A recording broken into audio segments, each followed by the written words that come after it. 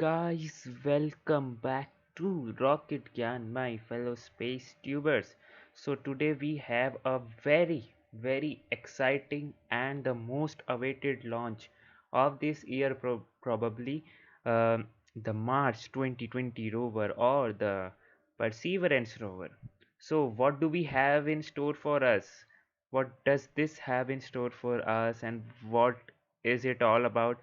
I'll just explain you everything in a bit, but before that, we should be knowing the rocket which is taking this rover to the Mars. So let's just know about that first.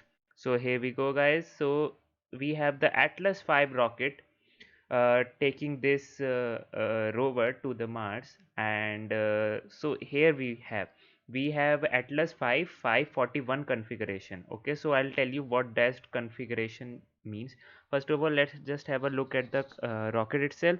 So here, as you can see, uh, we have two RD-180 engine which is powered by RP1 and LOX. This golden stage is the first stage, and then we will be having four solid rocket boosters, which will not be symmetrically aligned, but a little bit disalignment will be there, but that will be taken care. That disalignment will be taken care by the RD-180 engine gimbal.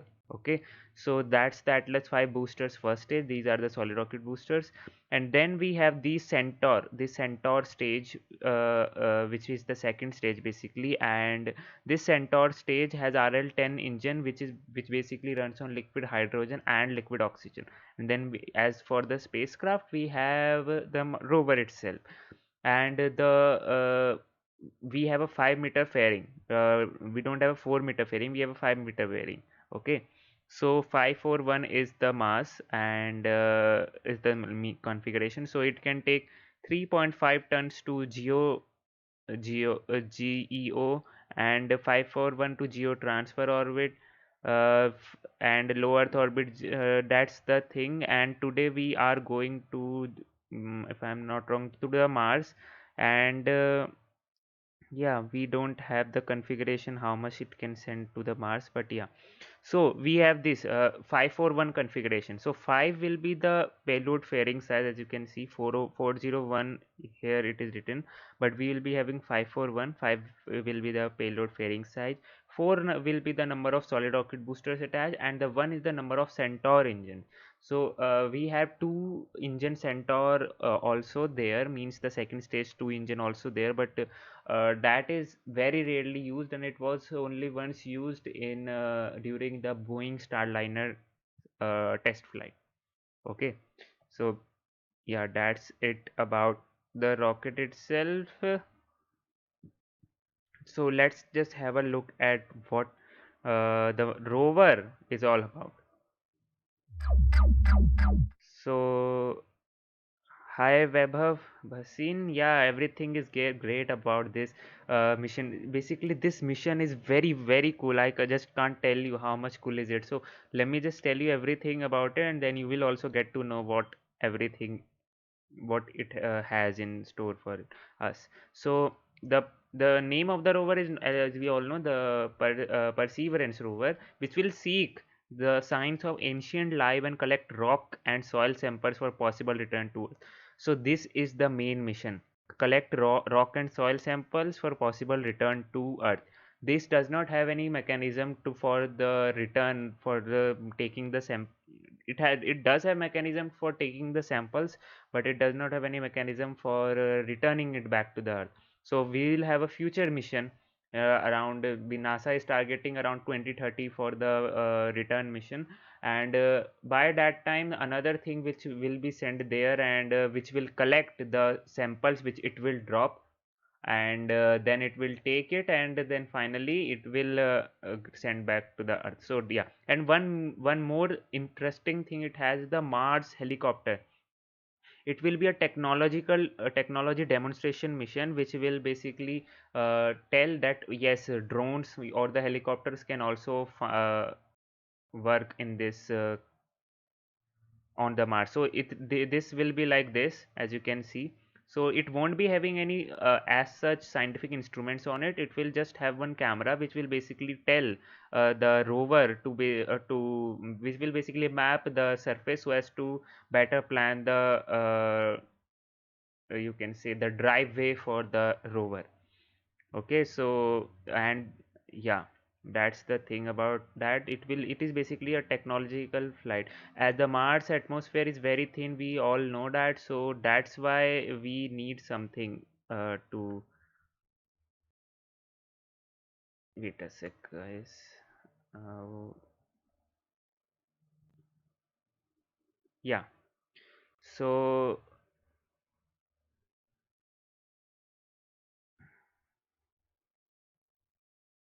wait a sec.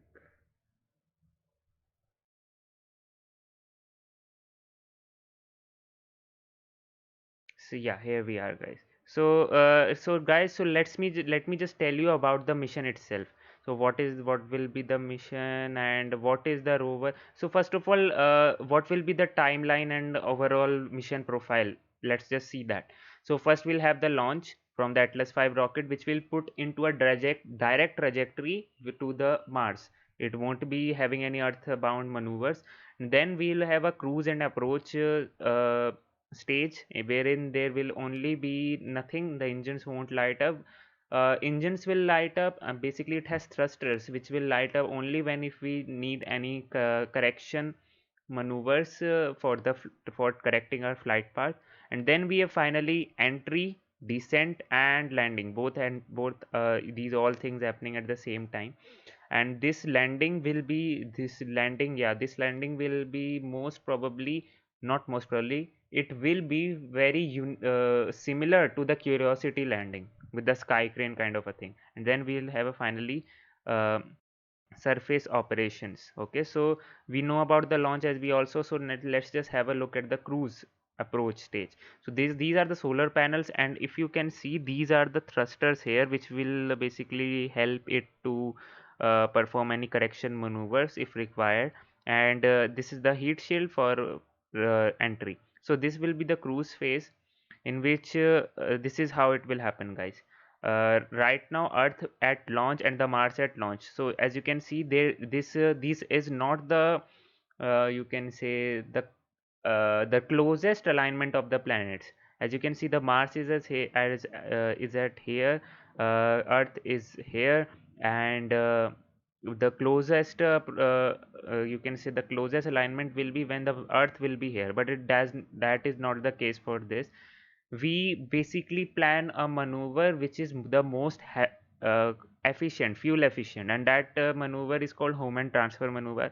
And that happens when the Earth and Mars form this much angle which you can see right now, okay, with respect to the sun.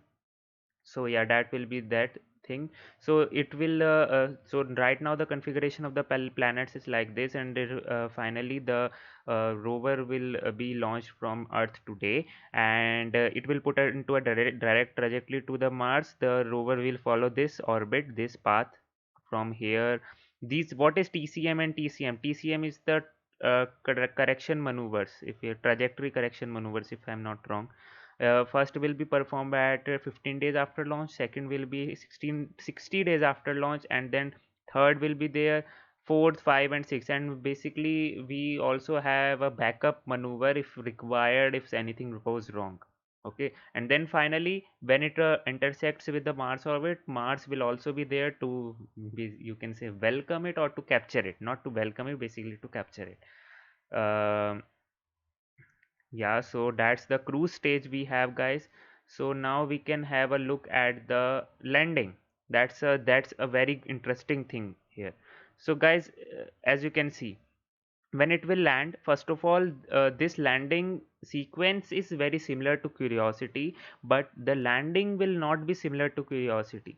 So as you can see, the parachutes will not be opened like on a certain time. Okay, like after this much height it will open, which used to happen in the earlier missions, but will open automatically as it sees that right now the speed is proper to launch sorry, to open the parachutes, and the parachutes won't damage itself. So then it will automatically open, and then finally when it is descending and slowing down, then it will take photos of the this terrain when it will be near to the terrain, and then the parachutes will be cut and the sky crane will take over, and then the sky crane will decide based on the photographs, do we have a safe landing here? As we can see, this is not a safe spot. So what will the sky crane do? It will take the rover to this path, this side, so that we have a very flat surface here.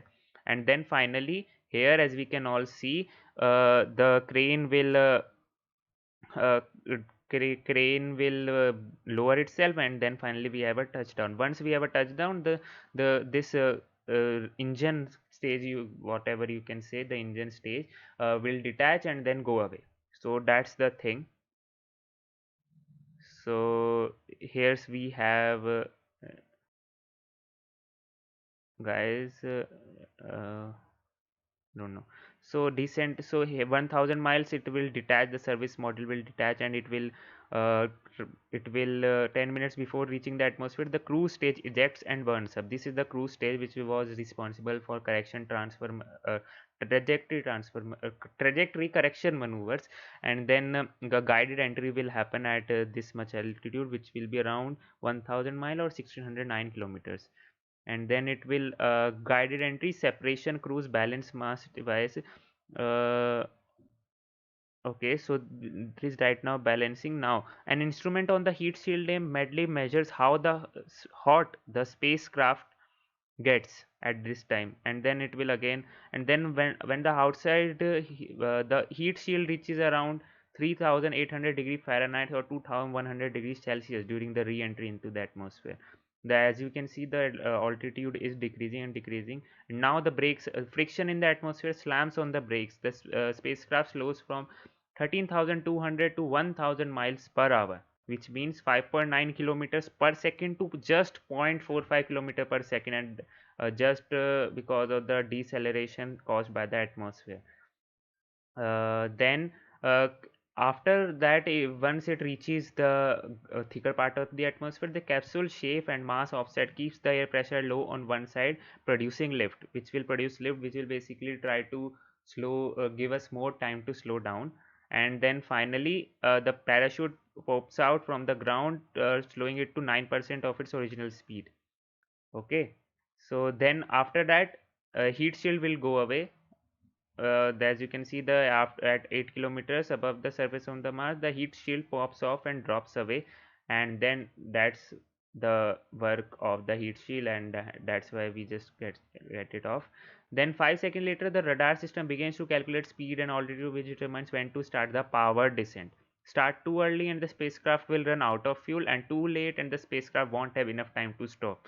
And this whole process, whatever is happening, will be autonomous. Nothing can be controlled from the control station, as it takes around 26 minutes for signal to reach to the Mars from the Earth. So it is not possible for any manual interference.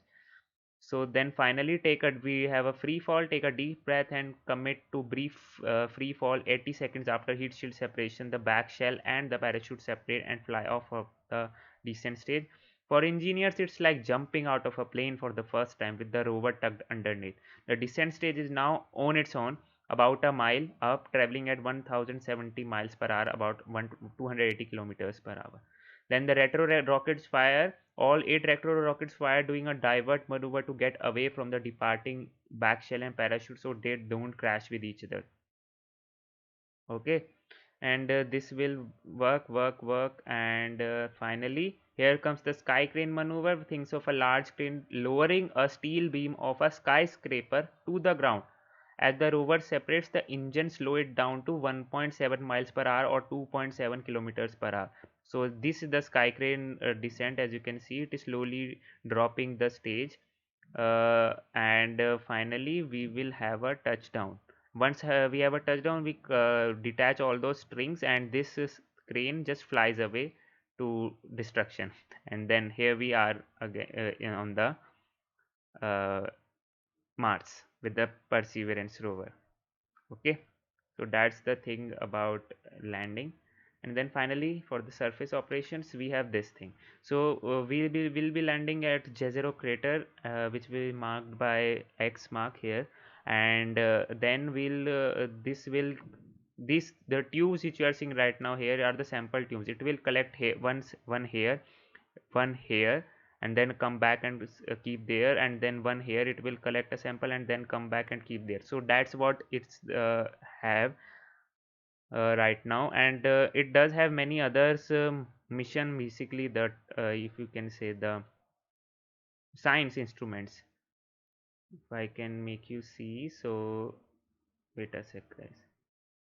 Yeah, here we go. This is the best view of the rover. These are the wheels, this is the body, this is the arm which has a drill on it, which will be basically collecting the samples from it. And here we have the brain of basically the computer of the.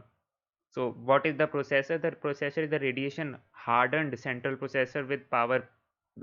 Okay, it's not of your seed. Operates at around 200 megahertz speed, 10 times the speed in Mars rover. 200 megahertz speed is very less as compared to our computer, which runs on gigahertz. But seeing it as a radiation hardened processor, it is very much. And the memory has, it has 2 gigabytes of flash memory, 256 megabytes of basically 2 GB of flash memory, 256 MB of RAM, and 256 KB of electrically erased read-only memory, means 256 KB of ROM, 256 MB of RAM, and 8 GB of flash memory it has.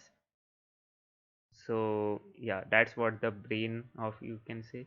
Then we have 23 cameras on board the rover. As you can see, these are the positions of the cameras. And yeah, then the most interesting thing is that we have microphones also in this rover. We haven't had any mission which had microphones till date, and in this Perseverance rover we have microphones. So we will be basically able to hear the Mars, what the atmosphere or what the Mars sounds like. We also can basically, this NASA will also reveal the you can say the videos of the entry, descent, and landing, because we have that thing. The camera is there. And then finally wheels are basically different in you can say design as for by the Curiosity, because that design led to you can say poor performance on the Mars, as the Curiosity was once stuck on Mars because of that design. So they have changed that. And then we have finally arm here, so which will basically used to drill the samples and collect the samples. Sample handling will be done by this power and company power. Will have an RTG. RTG is basically what does RTG do? RTG it provides power by decaying of plutonium, if I'm not wrong. So yeah, basically decaying of plutonium generates heat, and that heat is converted into power. So we have the antennas also. So yeah, so let's do, this is all about that thing. And let me see if we are live with the real. Go back. And here we are with Mars Perseverance, 51 years later, getting ready to do the first ever Mars return mission. Eventually, we can bring those samples back to Earth and determine for the very first time, did life exist on Mars?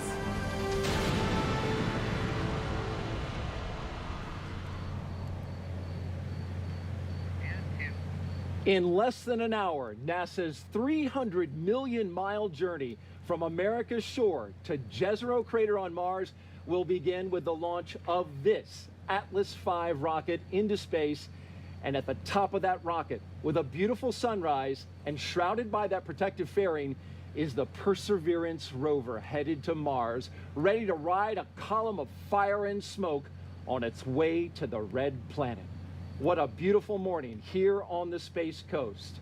Welcome, everyone. Behind us, the star of the show. This is a life-size mock-up of the Perseverance Rover, which is just like the one we are launching to space. They Hi, seriously everyone. don't have I'm any Daryl Mann. studio. And I'm Mujige Cooper. In the 50 minutes leading up to launch, we will show you how this mission will reach and search for ancient microscopic life on Mars and test new technologies critical to the ultimate goal, future human missions to Mars. That's right, and we've got the rocket on the pad and it is ready to go. A beautiful day outside. We're L-minus 47 minutes and counting until launch, and so far the countdown to Mars is on track. We've got great weather, the rocket's looking good, and it puts us on track for a launch at 7:50 a.m. Eastern Time, the beginning of a 2-hour window. In today's coverage, we will hear Grammy Award winner Gregory Porter. We'll talk live with Derek Muller of the YouTube channel Veritasium, along with the aerospace engineers, scientists, and a NASA astronaut. Oh, it's going to be a great show. Yes. I love it. I love it.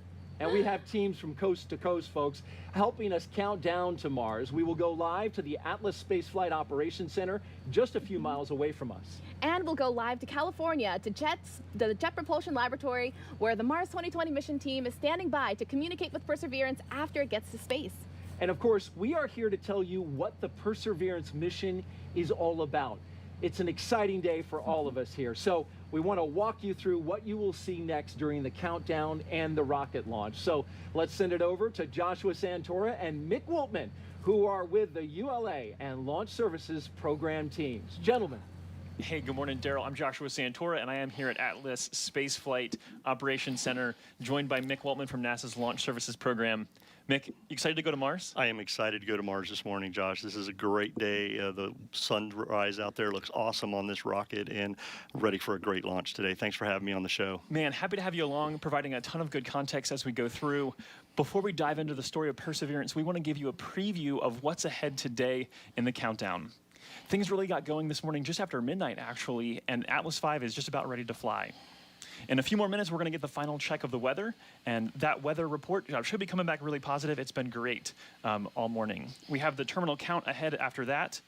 We will be proceeding through the last few minutes of the countdown, and then the drama will be at its peak at launch when the clock strikes 0, the engines ignite, and the spacecraft and rocket take flight. After successfully passing through Max Q just shy of 2 minutes into flight, the solid rocket boosters will be expended and will be jettisoned. Nearly 2 more minutes, and the payload fairing, what you might call the nose cone of the rocket that has been protecting Perseverance, will no longer be needed. It will split in 2 halves and fall away from the accelerating vehicle. 1 minute later, the Atlas booster will have finished its task of lifting Perseverance above Earth's atmosphere and being on the way to orbit. It too will separate, exposing the Centaur RL-10 upper stage engine that will almost immediately begin its first burn that lasts approximately 7 minutes. After coasting for more than 30 minutes, the second burn, lasting around 8 minutes, will take Perseverance out of Earth orbit and into solar orbit on its way to Mars. That sets up spacecraft separation and the final milestone we're hoping to hear this morning, the acquisition of signal. And I say hoping to intentionally because it's quite possible that Perseverance will be in perfect condition, but we won't make contact during the broadcast. So lots more to come, lots ahead, but Daryl, we're going to throw it back over to you now to tell us more about this amazing mission. All right, thank you, Joshua and Mick. We've got a lot of really smart people and talented people that we're going to be talking to today, but let's begin with a scientist who's coming up in just a bit. I want to talk a little bit about Mujige Cooper, who's here. She is a planetary protection lead for this mission. Thank you so much. You've been working on this for a while, Moo. Yes, this has been 7 years in the making, and I'm so excited to share this moment with you and with those that are viewing today. I'm just ecstatic. It's fantastic, and we're in a launch period. People probably want to know, why are we launching today? Why are we launching right now? We're in a period that only comes around once every 2 years. Yeah. Explain that. The orbits of Earth and Mars are on the same side of the sun so that we can reach that destination with less fuel. So it's the best time. Short journey, less power. We like that. And we're studying the climate, the geology, and searching for ancient life. But Moo, what kind of life are we talking about here? Well, when we search, we're not going to find dinosaur fossils, right? We're likely, No? no, unfortunately, likely we're going to find it in the form of microscopic life. We're hoping Ancient to. life. We're Hoping. Yeah, we don't know if it's there, right? Yeah, don't know. Okay, well, that's why we're going. Yes. All right, thank you very much, Moo. And back here on Earth, our friends at Twitter are celebrating Mars 2020 in a very special way we want to let you know about. Check this out. If you tap the like icon on any tweet containing the hashtag countdown to Mars, you'll see an animation brighten up your screen. You can check it out. Also, the like button itself has a special little animation that you can see. Oh, right there in the corner. See that? Did you see that one? The little sun and the rocket went around it? Hit it there. That's right. You just hit it and it goes. Oh, there you go. It will also work in any language from our partner countries, including Spanish, French, Norwegian, and Italian. Wow, that is pretty incredible. That's pretty neat. Yeah. And despite the daunting challenges, NASA has a long history of missions to Mars, going all the way back to 1965 with the Mariner 4 spacecraft. Yeah, and we've covered a lot of ground on Mars since then. So let's head out to California and join JPL's Raquel Villanueva. Raquel, what can you share about our history of exploring Mars? Well, Daryl, in the past, we explored the red planet with orbiters and landers, but it was the ability to move around Mars with rovers that truly helped unlock its secrets. Today, I'm joined by Perseverance Deputy Project Manager Jennifer Trosper. She has worked on every single Mars rover mission for the past 3 decades. Now, Jennifer, how does today's launch fit into the history of exploring Mars? Well, we have always been interested in Mars because it's the thing that's most like Earth that we know of. And it's a little bit different today, and so understanding what happened to Mars will help us understand more about our solar system and also more about Earth. Now, as we said, Mars exploration started in 1965 with the Mariner spacecraft flying by Mars. And in 1975, we actually landed the Viking 1 lander on the surface of Mars. And then after that, we started sending orbiters with more sophisticated instruments. Those instruments would do global mapping. They'd find the minerals. They'd find the topography of Mars. They'd actually study the weather of Mars. But we found out that those orbiters needed partners. They needed partners to go down to the surface of Mars and explore like a geologist on Earth would, where he walks around and takes pictures and maybe she takes some measurements. That's what these rovers needed to do, and that's really what started the Mars rover program for us. Our very first rover we sent in 1997, it was a Sojourner rover. Sojourner weighed about 25 pounds and drove all of about 400 feet. But she really showed us what value a rover on Mars could have.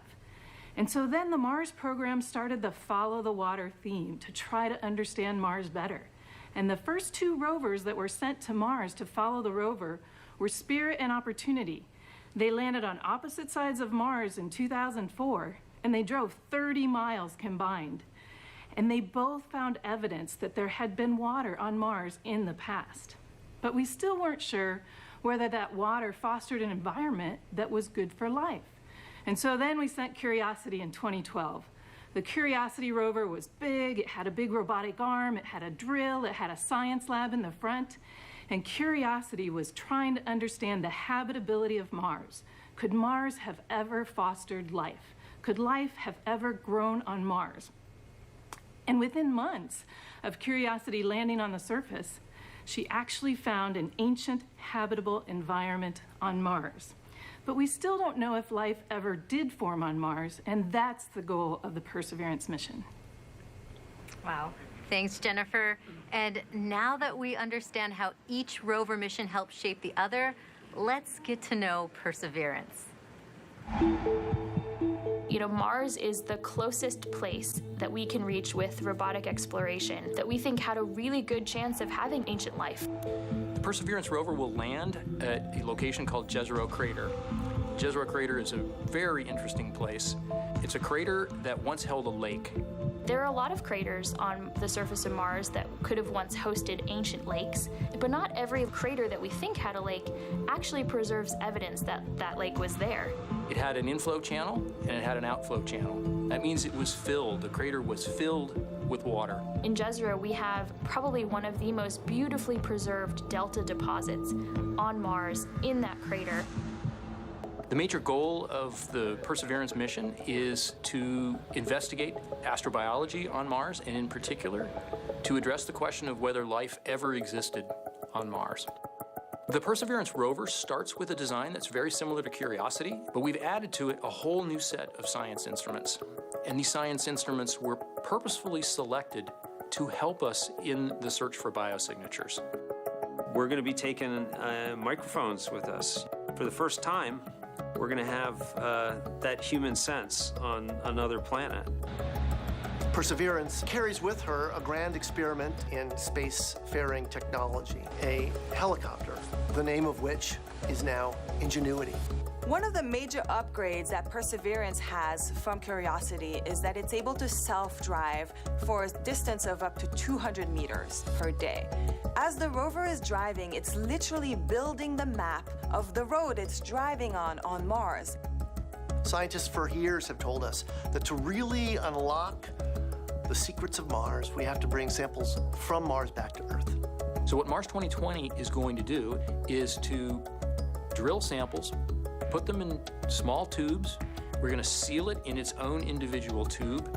We set them on the surface to provide a target for the second two missions, which hopefully will get in development in the next several years and could potentially get the samples back to Earth by 2031. Perseverance is a very, very profound first step in both our understanding of our place in the universe and a stepping stone towards human exploration on Mars.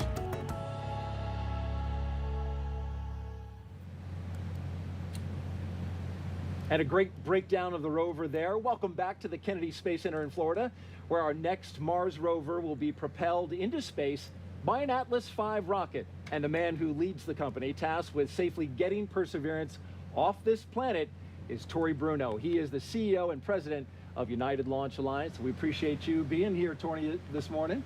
Oh, happy to be here. How is the launch team doing? How are you doing? Well, the launch team is doing great. They've been on station for hours. They're calm, they're confident, they're going through the script. I'm a little nervous, but I always get nervous before all of my 400 launches so far. Wow. You get a little nervous. Why do you get nervous?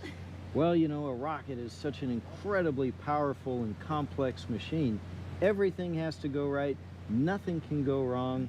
And it's just, it never gets old. It's always the same. It's always exciting. Yes. And this is a particularly exciting mission. Talk a little bit about that. This is the largest and heaviest rover that we've ever sent to the Red Planet. So how did you configure your rocket to do this launch effectively? Yeah, this is our second most powerful Atlas, the 541. We call it the Dominator. It's got 4 giant SRBs, each putting out 350,000 pounds of thrust to augment the center core. And so it has got the power to get out there to Mars. It's the most accurate rocket in the world, because when we let it go, it's got about 200 million miles to travel on that transfer orbit. And precision is key. That is right, yes. So the power source for the Mars rover is a contained radioactive battery. I've seen it up close, and we had to alter the way we behaved around that. Yes. How has that changed your team's efforts?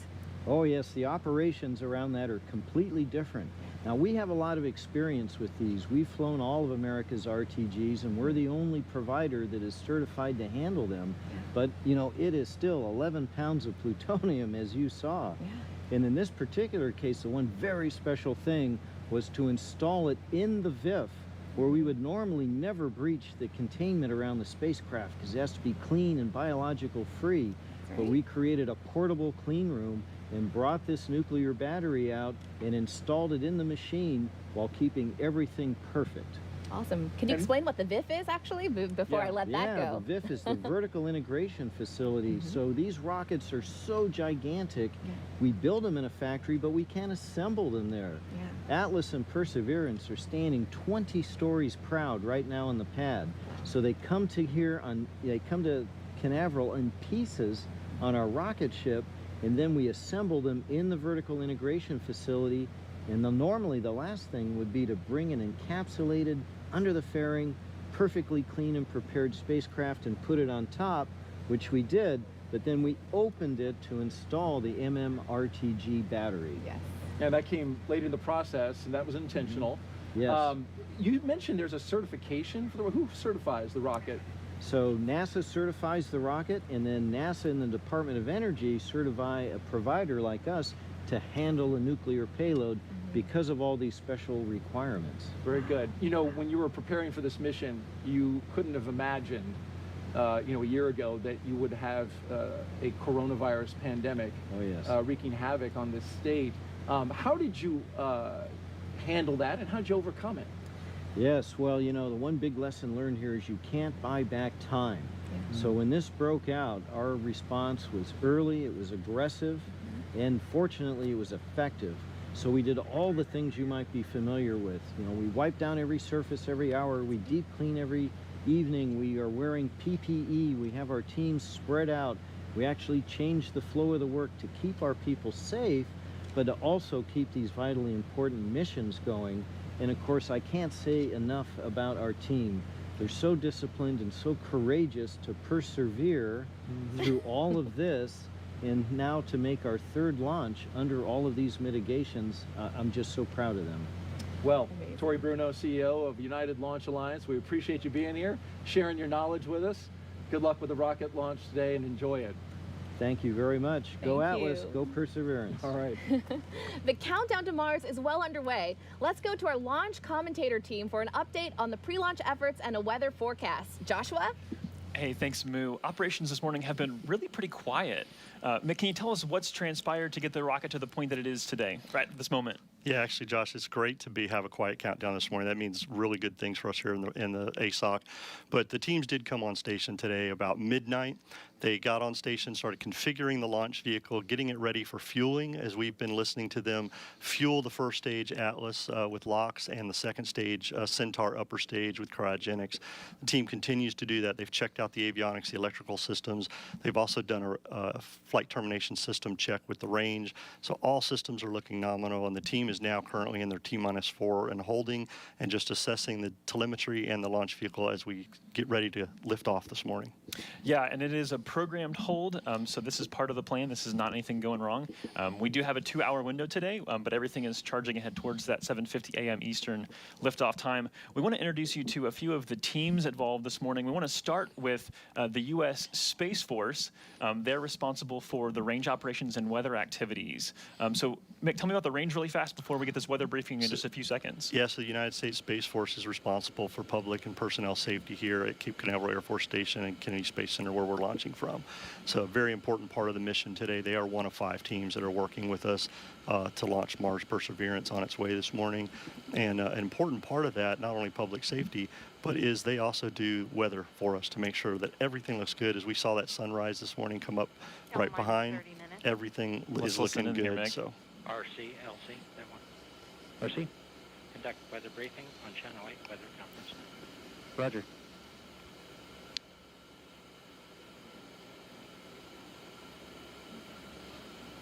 So guys, if you have just joined in, we'll be having a weather briefing now. We have a go for liftoff or not, but looking from the previous... Sorry, we thought we were going to get that for you live, and apparently the audio is on another channel. Forgive us. You should be looking at a visible satellite image. We have now mostly clear skies, a few clouds off to the east over the water. We were monitoring one cell on the radar 10 miles to our southeast, which has dissipated, so things are looking great for launch. We are go on all LCCs and expected to remain go through the count. Our temperature is currently 80 degrees, could climb to 82 by the end of the window. Winds are currently from 220, 8 knots sustained with peaks to 10 knots, 10% POV for the cumulus cloud roll. Proton flux is at normal background levels and expected to remain so through the count. And this concludes the weather brief unless there are any questions. Okay, so we are go for launch. So I think we're in good shape. We heard a great report there. Again, hearing the go on all LCCs, the launch. Absolutely. LCC. Launch commit criteria. I can never remember the second C. Appreciate that. So tell us about the T clock, because obviously we mentioned we're at T-4 minutes and holding. So we have a difference here in these 2 clocks today. Yeah, so the teams actually are working to 2 different clocks. The L clock, or what we call the launch time, or L- time, is the real-time clock, which continues to count down towards liftoff. T-time, that's the clock that the team uses for operational sequences of events in the procedure. This time has built-in holds in it, one of which we're in right now, 30-minute hold, which allows the team to adjust things that they need to do throughout the countdown tonight. So the L clock will continue counting down, and what's unique about this is at L-4 or T-4 as we pick up the count, these 2 clocks will sync up, and we will count down to liftoff this morning. Okay. One of the things we want to kind of piggyback off of the weather briefing for is to talk about the power source for Perseverance. Perseverance actually has a nuclear battery, which That might be a little bit alarming for people to hear that. It's not a nuclear reactor, it's a nuclear battery, and it's actually something that has been developed by the Department of Energy for this kind of a purpose. It's a multi-mission radioisotope thermoelectric generator, which is a mouthful, but it's an MMRTG. It's roughly the size of a 5-gallon bucket, and it is designed to actually make, how does this actually produce power for the robot? So it's using nuclear material inside, right, to generate the electricity that's there. Starting off the mission today, it'll be about 110 watts of power that provides the spacecraft as we lift off. And it'll provide power for Mars Perseverance throughout its whole mission life. So that's the unique thing about this battery source that's pretty neat, is that it will continue for the whole time. Yeah, the Atlas V has a perfect launch record, so it's in good shape. So we're not expecting any problems, but if there were a contingency today, we'd want you to stay with us to talk through some of the details, and we'd be providing advisories. We have teams that have been focused on this specifically, and they're working towards making sure that everybody is safe, and our robotic explorers are safe as well. So that's going to do it for now. A great weather briefing. We'll send it back over to you, to Daryl and Moo.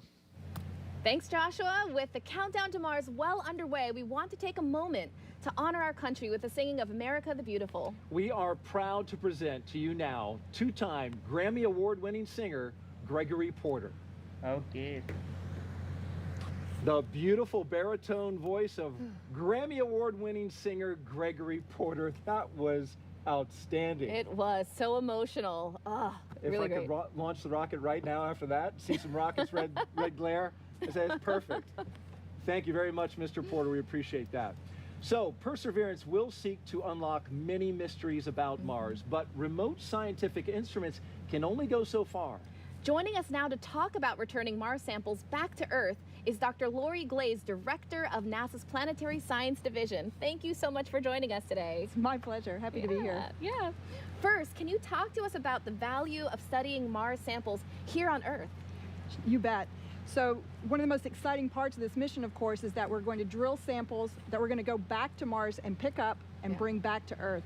And part of the reason for that is, or the main reason is, that we can only go so far with the instruments that we have on the rover. They're wonderful, it's a great suite, but nothing compared to the state-of-the-art instruments in the laboratories around the world. So we really want to get those precious samples back here so that we can do that really in-depth analysis of the samples here. In addition to that, not only do we want to study them now, today, with those state-of-the-art instruments and facilities, we can preserve actually most of the sample for decades, and that will allow us to use future instruments that haven't even been invented yet, or answer questions we haven't even thought of yet. So it's really important to get those samples back here. And could we confirm life if it is there with the instruments we have on the rover, or would that actually happen back on Earth? I fully expect we won't be able to make that real determination until they're back here on Earth. We expect with the instruments we have on board to be able to detect biosignatures and the types of things that say, yes, this is a sample that may contain evidence of past life in the sample, but I think it'll be very difficult to confirm that until we actually get the samples back here on Earth. Speaking of getting them back here to Earth, the key part of this, how will you do that? That's a great question. We're already starting work on that next mission called Mars Sample Return. We think it's going to launch. We're planning for a launch in 2026. This is a really complex mission. It's going to require 2 launches from Earth and 1 launch from Mars in order to get those samples back here. Wow. We're working really closely with the European Space Agency, our core partners on this mission. So we'll have a launch from the US, which will launch a sample return lander that will land on the surface carrying a fetch rover that will go out and pick up the samples, bring them back, load them into a rocket, the Mars Ascent Vehicle, and launch them into orbit around Mars. At the same time, when we launched from Earth, the Europeans are also launching an orbiter from Earth that will be in orbit around Mars, and it will capture those samples with that orbiter. We're going to capture them, and then it will make its return trip back to Earth, release them, and they'll come down and land in the Utah desert, where we will then safely carry them and put them in the curation facility. Wow, what a process. Awesome. Yeah. That is so amazing. Thank you so much, Lori, for joining us today. We appreciate My your time. pleasure. Enjoy the launch. Get a I'm view. gonna. Yeah, go Perseverance, go Ingenuity. Awesome. Thank you, Lori. Well, in the early 1900s, the Wright brothers proved powered flight was possible on Earth. Now, NASA plans to test a powered flight on Mars with an ingenious helicopter. So let's get back out to California now, and Raquel, The Martian atmosphere is 99% less dense than here on Earth, so this is no easy task to fly on Mars. It is, Daryl. Now, hitching a ride on the Perseverance rover is an exciting technology demonstration. The Mars Ingenuity helicopter. Now, if successful, it would mark the first time humans have taken powered flight on another planet. Ingenuity's project manager, Mimi Ung, joins us now to talk about the set of milestones Ingenuity needs to hit in order to take flight on Mars. Hi, by the way, we just had an earthquake in this room. But anyway, with that, Mars helicopter tech demo is motivated by the potential of adding the aerial dimension to space exploration. In the future, a helicopter can serve as a scout for rovers and astronauts. A helicopter can get us to places of high scientific interest that cannot be reached today. It's not easy to build a rotorcraft for flight at Mars. The atmosphere there is very thin, about 1% compared to that at Earth.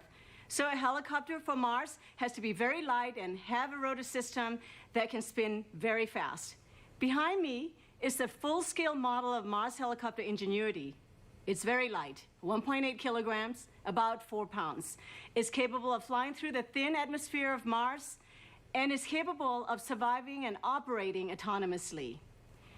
There is a set of milestones between now and Ingenuity's first flight. The very first one is when we turn on the helicopter and the base station to check their health. First time operating in true space environment. The next major milestone will be when Perseverance Rover deploys Ingenuity helicopter to the surface.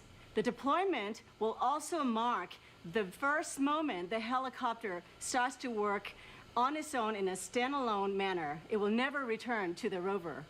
And the first major milestone then will be the helicopter surviving the first cold Martian night, about minus 90 degrees Celsius. And we've designed the helicopter to keep itself warm.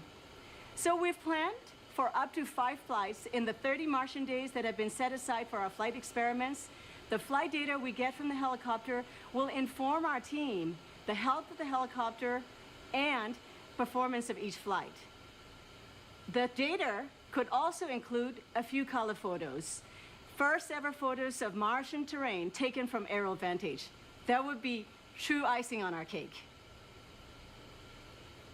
Mimi, thank you. And you're right, we did have a little bit of a shakeup, but everything seems to be okay right here so far. And we look forward to Ingenuity's first flight. And with that, let's head back to KSC as we continue the countdown to Mars. All right, thank you, Raquel. When the name Perseverance was chosen for the rover, our country was in the early stages of the COVID-19 pandemic. Now, the name is also a fitting description of what NASA teams needed to get this rover to the pad on time. Joining us now is NASA Administrator Jim Bridenstine. Thank you very much for being here, Jim.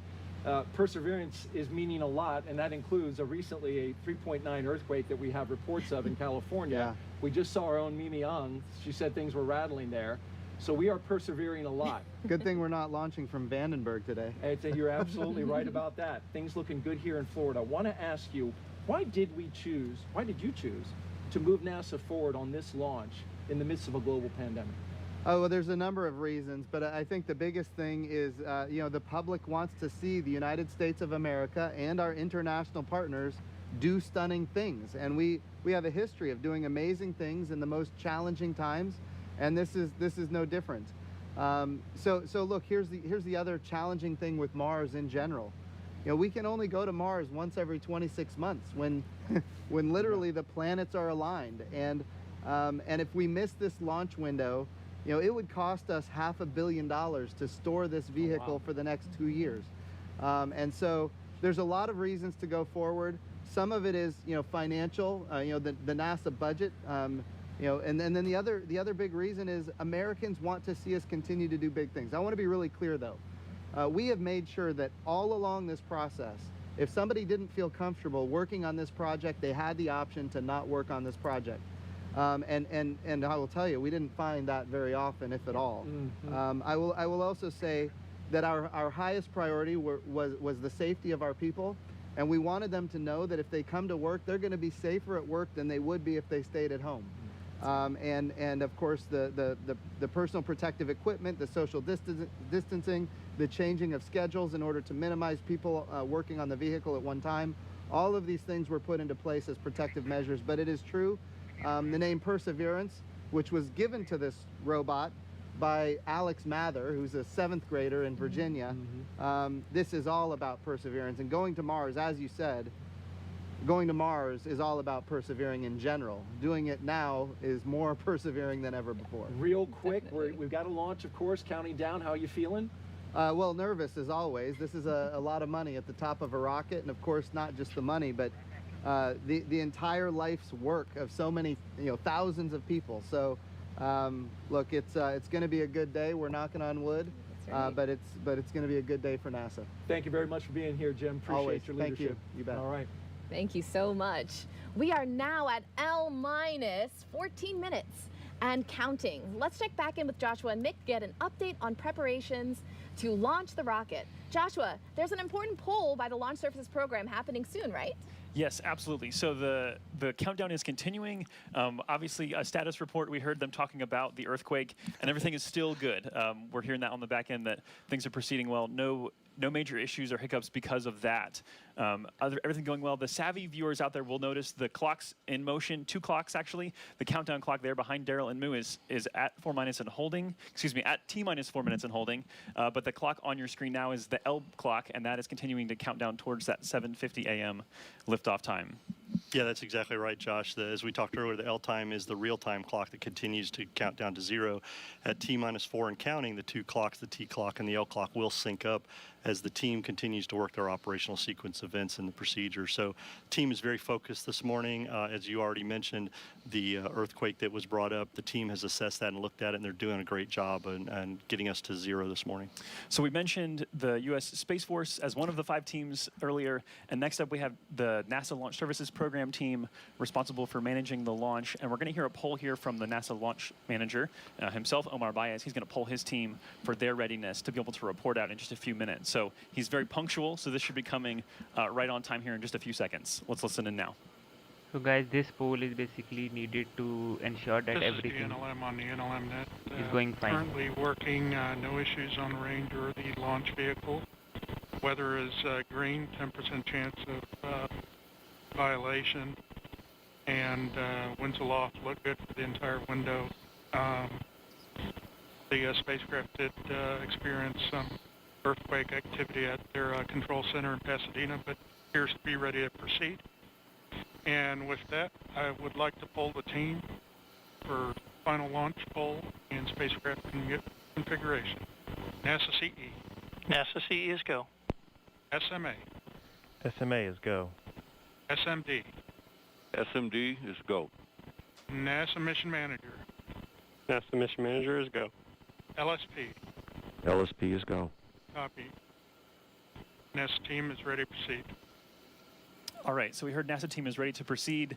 He even mentioned the weather in there, which is great, only a 10% chance of violation. Again, a big thank you to Jessica Williams of the U.S. Space Force 45th Space Wing. I like the fact that we're working no issues this morning into this count. That's an important part that Omar brought up. And the team, one thing you need to understand about the NLM is it's a combined NASA team of spacecraft and engineering.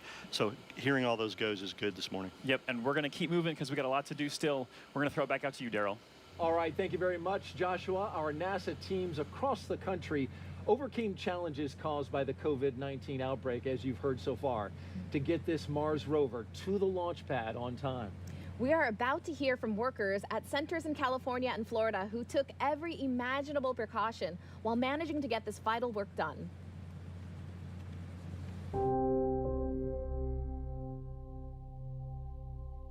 When I saw the country shutting down, I thought for sure there is no way we're going to be able to continue this.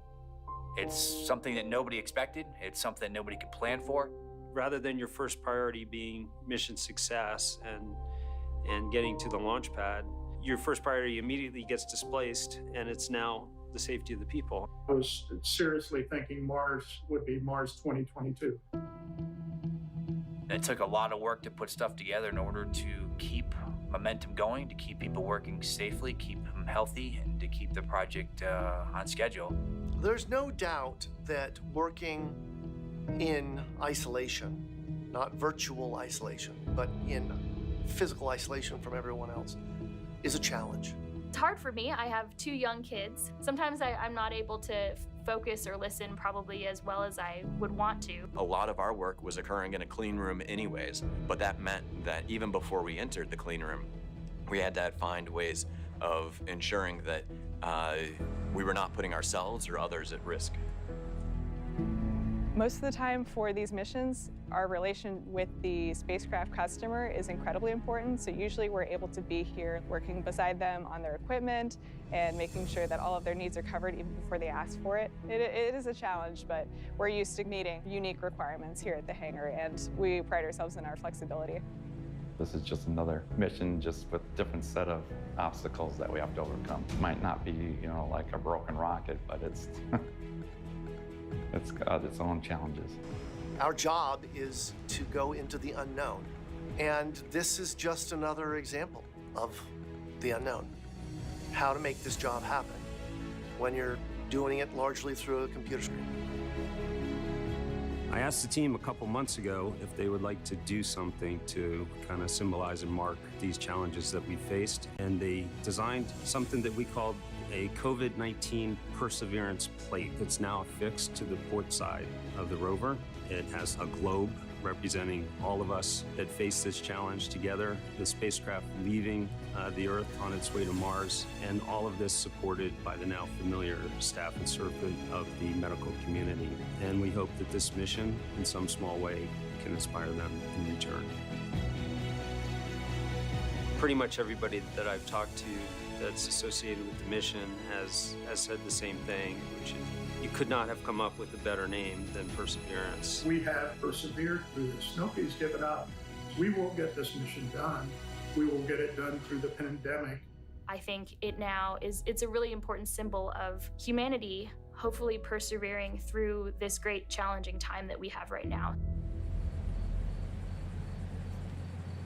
We appreciate that team as well as the medical community that really stepped up and helped. And it's ironic, Moo, because the name Perseverance was chosen by a 7th grader who at the time he submitted that name, he didn't know that we would be faced with a global pandemic. So we are glad to have him and his family here along with the student who named the helicopter to watch the launch in person. Their names are Alexander Mather and Vanessa Rupani, and they are watching from the 5th floor balcony of our engineering building, just a stone's throw away from the countdown clock. Look at that, there they are, looking cool. Alexander Mather, who goes to Lake Braddock Secondary School in Burke, Virginia, submitted the winning essay to name our rover Perseverance. Yeah, they've got a great view. I've seen it from up there. They've got the VAB in the background, as you can see there, so cool. It's such a beautiful setup for this awesome launch. And Vanessa, who you can see her, and they're waving. Hey guys, appreciate you. She's a junior at Tuscaloosa County High School in Northport, Alabama. She entered the contest as well and came up with the name Ingenuity for our helicopter that will accompany our rover to Mars. Thank you both for being here. What a neat view that is. Yes. All right, folks, with the coast phase coming up, we want to let you know that after the launch, it will be about an hour before Mars Perseverance separates from the 2nd stage. When that happens, the rover will then be on its way to Mars, so hang in there. Yeah, don't go away, as we will walk you through the flight around the Earth, and we'll talk live with the astronaut Zena Cardman about our human exploration ambitions and NASA's Associate Administrator of Science, Dr. Thomas Zurbuchen. It's going to be great, folks, so stick around. It's L-6 minutes and 26 seconds now. And time to focus our attention on the launch operation the rest of the way to liftoff. So let's send it back out to Mick Woltman and Joshua Santoro. Gentlemen. Thank you. I want to let you listen into to the remainder of this poll in motion. Let's go to that now. Range coordinator. Clear to proceed. Launch director. LD is go, and you have permission to launch. Proceeding with the count. ALC, verify T0 is set for 1150 Zulu. So guys, we are only so 1150 Zulu. That is 7:50 a.m. Eastern time, so that time is correct. As I'm watching Josh do the calculations on his finger there. Get my abacus out. That's right. No, so there's a lot to come ahead. One of the things coming up in just a few seconds. Minus 5 minutes, 30 seconds. OS, NSC. Go, NSC. Spacecraft on internal power and timer set for T0 of 1150 Zulu. Roger. OS, start list data capture. Roger. Fantastic. All steps are complete prior to terminal count. LC switch is ready. Everything is go Awesome. for So launch. things are really starting to pick up here. You're going to hear more and more chatter on those nets there. That call was to say that Perseverance is powered and ready to go, which is a phenomenal call. Yeah, a couple things happened during that time, right? Is launch conductor, ULA's launch conductor, Scott Barney, polled the whole ULA team. They were all go. We got to hear the third of our 5 teams. The third of our 5 teams. We got to hear the end of that where the range was clear to proceed, and ULA's launch director, Bill Cullen, gave the authority to go for launch this morning at 7:50 a.m. Then we got to hear from the JPL spacecraft team that they are the fourth team, that they are on internal power, and timers are set. They are targeting a liftoff of 7:50 a.m. this morning. So all things are looking good for us, Joshua, this morning. It's so, we talk about being nervous and excited. This is right here where we're nervous and excited. Yes. There are a lot of things happening as we get ready to count down to the liftoff this morning. We have about 15 seconds left in this hold before we pick up the count.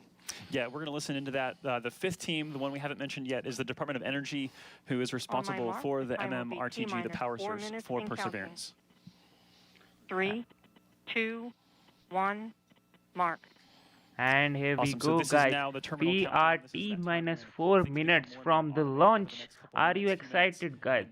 The energy's building, but the focus is increasing exponentially. Yeah, as Tori said during his interview, the teams are very disciplined, very focused on what they're doing, the operational sequence of events that they're following. They are making sure everything happens, especially in this T-minus 4 and counting period, because there's a lot of things they have to do. They have to finish topping the vehicle, make sure that all the tanks, first stage, second stage on Centaur, are at flight pressures and full of fuel, ready to go for this morning. They have to make sure the FTS system is armed and ready for personnel safety just in case, so that the range can do that. They have to check the electrical and avionics systems. They have to make sure that the flight computer has all the information it needs to place Mars 2020 into the orbit it has to. So a lot of things going on. Exciting time for the team right now, but again, staying focused and following that procedure they've got. 3 minutes. As we look ahead to post-liftoff, want to kind of preview for you what's Right now you are seeing the onboard view of the You'll actually be hearing from icy flight fuel commentator, tank right Jesse now. Gonzalez. He'll be kind of giving those calls past liftoff that will walk us through maximum dynamic pressure and into SRB separation, and then into fairing separation, booster separation, and then the first main engine ignition of the Centaur, yes. RL-10. And so then you'll kind of hear us jump back in and help provide some more context to what's going on.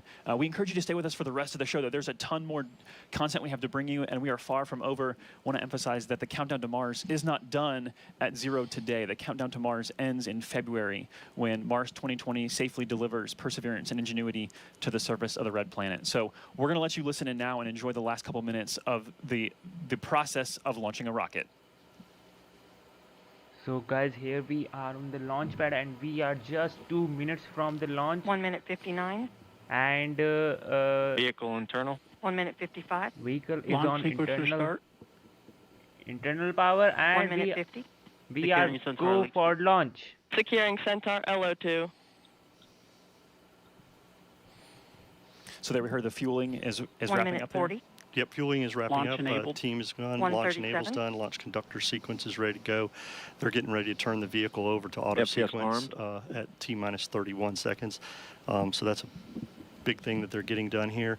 At T-minus 25 seconds, we will hear the team give their final goes that everything is ready and 1 the minute launch 20. vehicle is ready to lift off and OCU perform armed. this mission.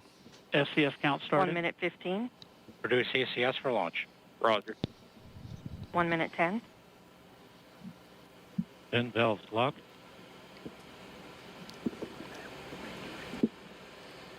We are just 1 minute. 1 minute Rock from the report. launch. Range status. Range green.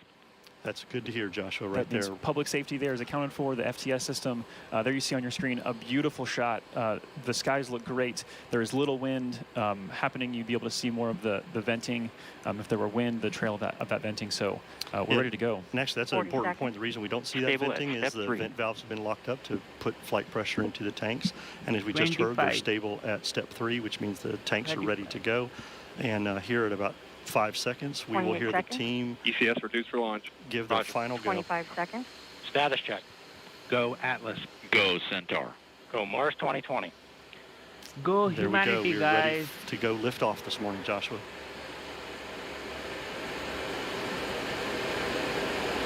10, 9, 8, 7, 7, 6, 5, 4. Engine ignition. 2, 1, 0. and Release and liftoff of as the the countdown to Mars Mars continues. rover. The Perseverance of humanity launching the next generation of robotic explorers to the Red Planet. Wow, guys, this is so cool. You can see right here. And Atlas TU has gone to closed loop control. Solid rocket boosters are doing a fabulous job, and everything is Coming up on good. 30 seconds into flight, the RD-180 is throttling down as expected. Engine response looks good. And Mach 1, Atlas V is now supersonic. Whoa, I can't believe this is happening right now. Seriously. Go, go, go. And passing 45 seconds into flight, vehicle is now passing through max Q, maximum dynamic pressure. Which is the maximum pressure which the vehicle experiences, guys.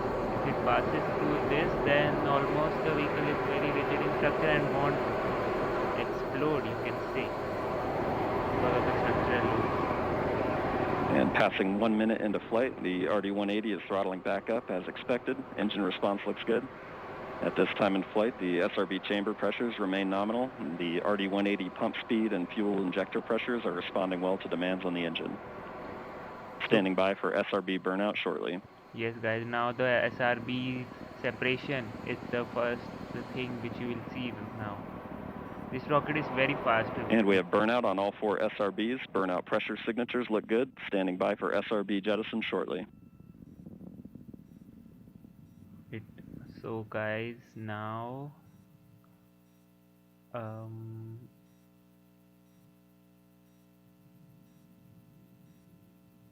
here we go, here we go, here we go. And we all have those good indication of SRB jettison of all 4 SRBs. And the vehicle has gone to closed loop guidance. Here we go, guys. Everything is looking good, man. Vehicle body rates are responding nominally at this time. And yeah, TWR for this vehicle was very high because the payload is less and the power is more, but we need that because we need more delta V to kick this rover to the Mars. Yes, Christy. And coming up on 2.5 minutes into flight, the RD-180 is throttled down slightly as expected. Engine response continues to look good. Can't we have an At this time, the vehicle is 50 miles in altitude, 85 miles downrange, traveling at 6,000 miles per hour. Okay, so guys, hopefully we should be having the onboard camera view, but I don't know why we don't And the have Centaur reaction control system is now pressurizing to flight levels. Okay, second stage is starting for its ignition, preparing for its ignition, and the first stage is looking good. The next event coming up is the first stage engine cutoff. And just past 3 minutes into flight, the RD-180 is now throttling to maintain a constant 2.5 G acceleration limit for payload fairing jettison. Engine response and vehicle acceleration look good. Wow, wow, what a view, guys, what a view. Those icy thing and the earth in the background looking very cool. This is the first stage, guys, which is right now pushing the, and here we go. I think so we have the jettison, and we have good indication of payload fairing jettison and Centaur forward load reactor deck jettison. Yes, those two things have been jettisoned. Basically you can say that one is the interstage connected, and the RD-180 is throttling back up to attain a 4.6 G acceleration. Engine response continues to look good. You can see the earth in the background, and everything is good. So you can see the speed right now, guys. And Centaur has begun the boost phase chill down sequence to thermally condition the RL-10 for operation. 11,800, 900, 12,000 Standing by for miles BECO shortly. per hour, and the altitude is 300 miles. Whoa. BECO's the call for booster engine. And we have BECO, booster engine cutoff, standing by for stage separation. Wow. Wow. And we have good indication of Atlas Centaur separation. Wow, what a view. And so there you're seeing live footage. And we have the MES rocket. 1. RL-10 operating parameters look good. Chamber pressures are stable. We haven't started the engine yet, guys. This will be the first of 2 burns for today's mission. This first burn will be approximately 7 minutes in length. Is it burning? It's very hard to see. So Mick, that's pretty exceptional footage there. That's live video. We will see that switch over shortly into an animation that kind of helps let us know what's happening with the rocket. But right there, a beautiful liftoff. Fun to feel that rumble in the building here as we proceed towards orbit and then towards Mars destination. How could I forget? Absolutely. Yeah, It was this great is burning. watching an on-time liftoff of the Atlas V with that little over 2 million pounds of thrust. Cleared the tower in... Guys, this is burning. How could I forget that the second stage is the liquid hydrogen and oxygen, and they produce very little to no visibility of this plume. So yeah, that's the thing. So it is burning. As we can see, the velocity is also increasing. So yeah, we are good for launch. Sorry, good for the second stage ignition. Vehicle parameters are within the design limits, and we're getting ready to come up on a main engine start for that first burn that Jesse was talking about. Yeah, so recapping this countdown to Mars, the stations began to be filled up this morning just after midnight. Preparations, fuelings, powering up, all the way through that liftoff that happened. I think, Mick, it wasn't precisely on time. I think you said it was like 10 milliseconds early. So it's pretty much dead on. Yeah, dead on. This team does a great job. As I said, they're very focused, very disciplined. As Tori also said, courageous. They have done. Seriously, we don't want this commentary right now. We want the mission control commentary. That's what we want right now. But yeah, guys, right now the second stage is burning, and as we can see, the velocity is increasing, and we can't see the plume coming out of the rocket as we have a liquid hydrogen and oxygen rocket. Because it does not produce any remains. That's why we can't see the plume right now. Yeah, we had a really quiet countdown today, which is phenomenal that we got off the ground on time. So thanks for the appreciation, guys.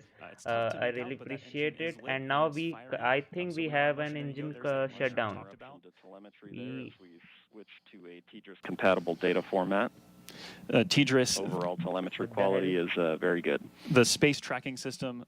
So there you go. This is not an actual video, but this is an animation that's driven by real data. What the hell? Although we're not actually seeing the engine on screen right now, we can see that the engine is lit, and that is driven by the velocity data is that not says that the increasing. engine is truly lit, and we're in this burn. Yeah, the launch vehicle continues to send telemetry to the launch team via the TDRS network, as you mentioned. What the hell, man? This is not good. It shows the animation is, as they mentioned, it is a real-time graphic, and we can't see the velocity increasing. What the hell is going on? We heard earlier it'll be about 6 minutes. This will get us into that park orbit around Earth, allow us to get on our way, and then get into that approximately 30-minute coast period that we're going to have. 8 minutes into flight, beginning to see the Centaur PU system balance out mass errors. Seeing very stable body rates in the Centaur.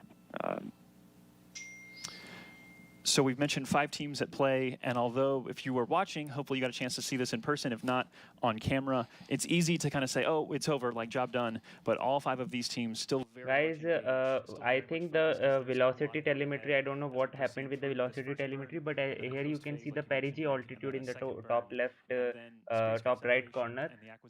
It is decreasing, and since it is decreasing, that means we are going for a good ignition. This is you guys' work in action right now. By the way, that's the 5th team that we didn't get to mention. So it is no worries, guys. The ignition is looking good, and we are having a data. I don't know what happened with that velocity thingy, but we can see the perigee becoming coming to the 0 kilometer mark. It is decreasing, and that is what we want right now to come into the orbit. They have some certain requirements that they need for this mission.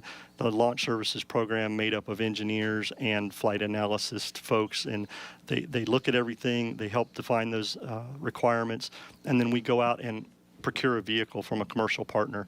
In this case, it was the Atlas 541 for the Mars 2020 mission that was needed for performance, right?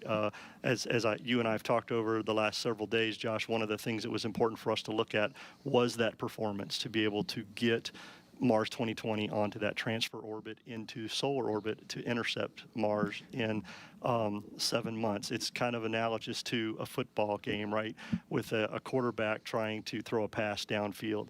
You need a quarterback with a lot of performance who can get that ball down there where it needs to be, so the receiver can intercept that. In our case, 7 months later. There you go. Yeah, it's the longest football pass ever. The Earth is the quarterback, the Atlas is the quarterback's arm, Perseverance is the football, and Mars is the receiver. That's exactly right. And what we also talked about is that technically, you could launch to Mars at any time if you had a rocket that was powerful enough.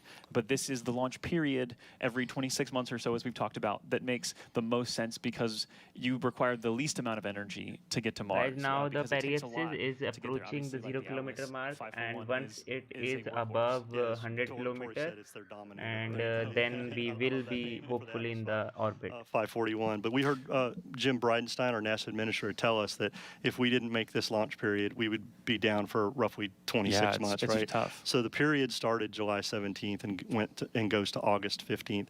Today, July 30th, was one of those launch opportunities that we had. We had a 2-hour window, and within that window, we had several opportunities. 25 actually. Yeah. 25 opportunities. And we launched I don't think so. You also like to hear what they're doing. We should be having the mission updates, which I'll give you right now.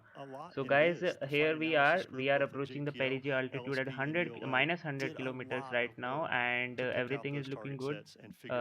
And here we go, we have crossed the 0 mark, and now once we are above the 100 kilometer mark, ultimately, a lot of people then we will be at a good why would you just keep firing the engines? So yes, as you can see, now the altitude, perigee altitude is 166 km/h, and we have switched off the engines.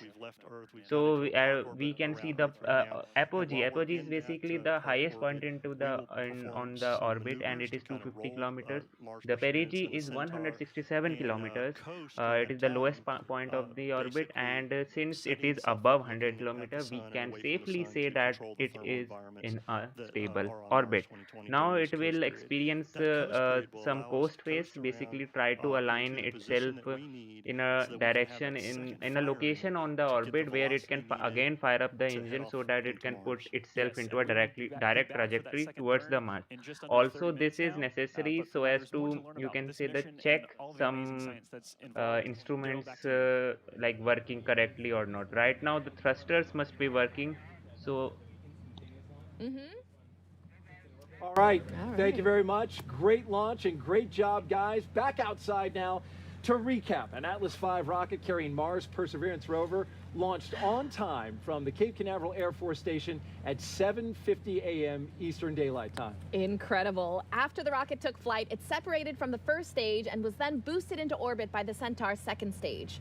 Perseverance is now preparing for a second burn that will put it on a trajectory toward Mars. That's just incredible to say. It gives me goosebumps. It really is, and we're so excited about that as well. And while we wait for that second burn, hang in there with us because we got a lot of exciting coverage to go. We're going to welcome in one of our launch guests, Dr. Derek Muller. He is the creator and host of the popular science education channel on YouTube called Veritasium. Yeah. He also holds a doctorate in physics education, he so is such a he's cool really smart. man, and that's why you saw I have us seen all these having videos. some fun because Derek was here on set. We're just having a good time talking about this launch, which I got to start off with that, Derek. Your first time seeing a launch in person, what'd you think? I mean, what can you say? I have nothing to compare it to, but it was awesome, something I will never forget, and I definitely want to be invited back. So if you guys can make that happen, I mean, just so amazing to You see. do a great job explaining physics. What did it feel like? Kind of walk me through as you were watching and experiencing it. Well, it's like all the physics goes out the window a little bit. It's a very visceral moment between you and this very powerful craft.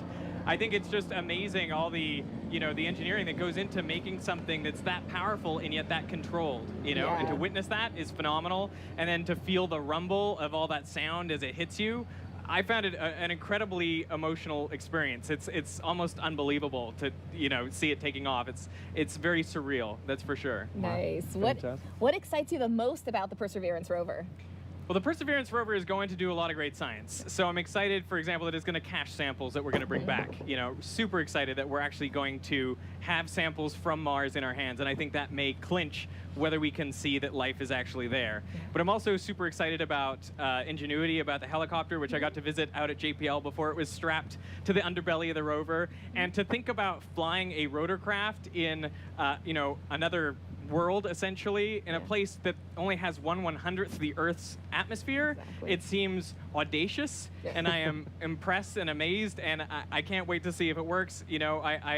I'm cautiously optimistic. I think the team is phenomenal. And you did, in fact, a YouTube story on it, a piece on your channel, and did a fantastic job going to JPL. I did, yeah, and I was just so lucky that it was like there, a meter or two away from me on the other side of a door in a clean room, and that was, one of the great moments of my life. Yeah. That thing's going to Mars. Exactly. Yeah, and it weighs like about as much as my laptop. Yeah. And you think about, it's substantial in its size, and it's going to go there and take off and fly all by itself, because of course we can't control it, given the time delay and everything. That is, I just think, one of the pinnacles of human engineering. Yes, absolutely. Now, this is going to do some big science as well. What are your thoughts on the search for ancient microbial life on another planet, Mars? Well, I think chances are good that Mars once harbored life. It was so similar to Earth in the past. One can only expect, life probably sprung up there as well.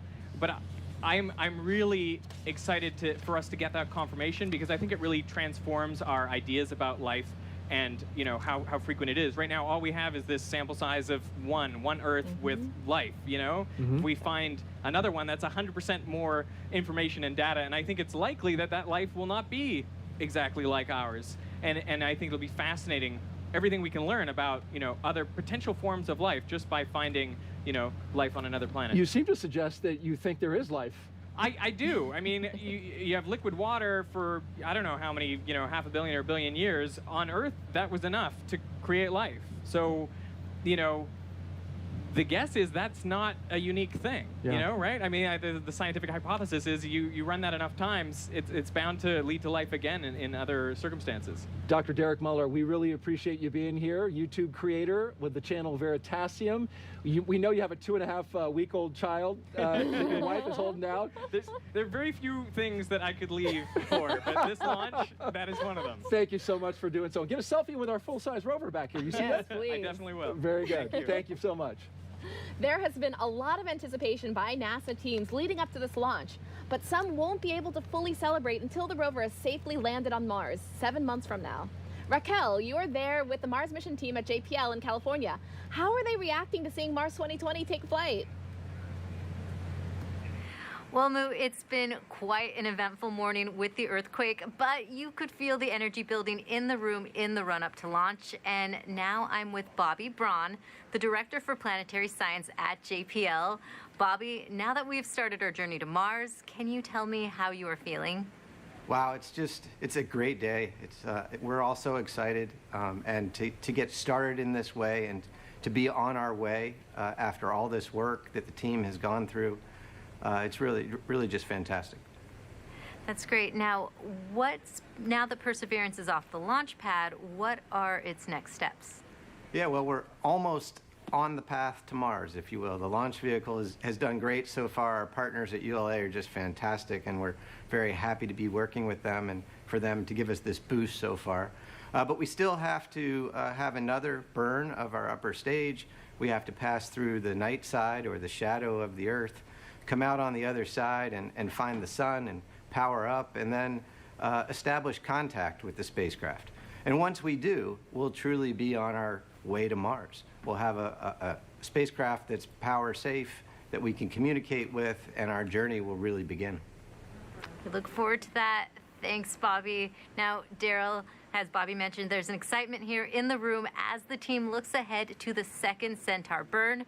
But before we get to that, let's learn more about the science on board this rover. All right, thanks, Raquel. And as you mentioned, there are numerous scientific studies and technology demonstrations on Perseverance. Some of these are directly preparing us to one day send humans to Mars. One in particular is called Moxie. Jeff Sheehy from the Science and Technology Mission Directorate is joining us now to explain, and he is here with us. Yeah, well, you know, sometimes here at the... A little difficulty with this technology that's all here, right. Daryl. Well, that's all right. It's a Britney Spears style mic, you know. So like this. I don't know if you're... That'll work fine. We can hear you. Yeah. Thanks for making the adjustment there. So, Jeff, this is an incredible piece of technology here, this Moxie, right? So tell us, what is it and why is it important? Well, Moxie stands for Mars Oxygen In Situ Resource Utilization Experiment. That's kind of a mouthful, so we grab a few letters out of there and just call it Moxie.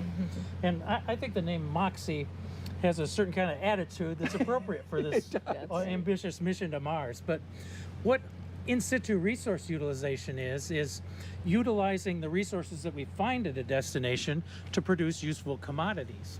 And so what Moxie's going to do is suck in the Mars atmosphere, which is mostly carbon dioxide, and produce pure oxygen. Oxygen is a commodity that we can use in our exploration endeavors. And so Moxie is the first in situ resource utilization experiment on another planet. How about that? So that's why it's so important. If we can produce things we need at the destination, we don't have to load them in a launch vehicle, launch them from the surface to Earth, push them all the way to the destination and land them on Mars or the moon. Saving incredible weight, fuel, resources to use them, the ones that are there and in place. That's right. It took a lot of moxie. What were some of the biggest challenges in developing this technology, designing it, developing, building it? Well, the team that produced the hardware that we just saw being launched on its way to Mars, they certainly had moxie because they had to overcome a lot of challenges along the way.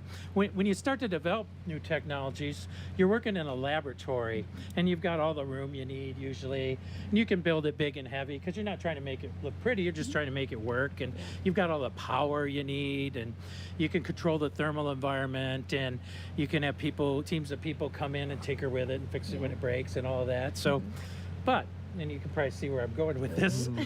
When you get to the point where it's time to fly that hardware to prove it out in the space environment or on the planetary surface, then the rubber really hits the road in terms of the engineering, and that's where the teams of engineers come into play, and they develop clever solutions to implement the process that's been developed in the lab and package it for space flight. So Moxie faced a lot of challenges. You know, once you have to put it on the rover, the size becomes important. It has to fit in a certain volume on the rover. The amount of weight or the mass becomes really important. Every ounce you launch into space takes propellant to move it. So we want to make Moxie as light as possible. Had to fit within a certain mass budget, or they would have kicked it off the rover. Yeah, and we're glad you made it on the rover. Yes. And just real quick, and without getting too deep into the technical details, how does it convert carbon dioxide to oxygen? So Moxie uses a thermal and electrochemical process. There's a compressor that was built by a company called Air Squared. Some of that was funded under the NASA Small Business Innovative Research Program, actually. And they built the compressor. What it does is acquire the carbon dioxide from the Mars atmosphere and push it into the electrolysis system. A company called Ceramatech, a team led by a guy named Joe Hartvigsen. They're now called Oxyon Energy, I think. But they built the guts of Moxie, which is the solid oxide electrolysis system that takes the carbon dioxide, CO2, actually pulls an atom of oxygen off the CO2, leaving CO. Oh, wow. And then those atoms migrate through the electrolysis system, and those oxygen ions are neutralized, and then they recombine. An O and an O becomes O2. And so we get pure oxygen out of the system. That's fantastic. And so in order for you to get Moxie on board the rover, actually you had to kind of clear through the very smart lady to my left. She's with Planetary Protection. So she actually had to clean off part of it right? Yeah. You had to heat it and then clean the That's O2 right. sensor. Yeah, the SOx part was actually self-sterilizing. It was hot enough so it cleaned itself. But there's a part, the O2 sensors, that needed vapor hydrogen peroxide sterilization. So it was the first time we used hydrogen peroxide on flight hardware. Oh, that's awesome. Yeah. Yeah. So you can say thank you. Thank you. Thank you. No, thank you. Appreciate it very Thanks for much. letting us do that.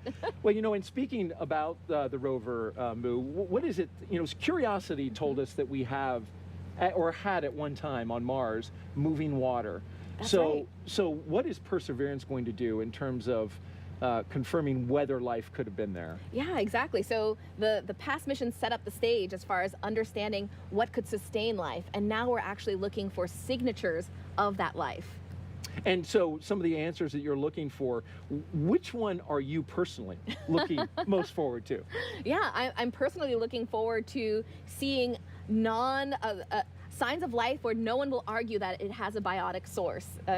It's very easy to say, oh, this chemistry could have happened from natural reasons, but I want to see a smoking gun. It would be awesome to see that. Now, that's not exactly easy, right? No, not at all. And so explain that to us. Yeah, so in order to get that definitive signal, one of the main things you have to do is make sure you have a clean instrument that you're sampling with. And so that's why we spent a lot of time cleaning, baking out hardware to such a high degree, 150 degrees Celsius for some of these parts, to make sure it was clean enough. And so those parts have to be specially made to be able to handle that heat. That's right, yeah. In order to get it past you. Yeah, all of the material selection, everything was done specifically for that purpose.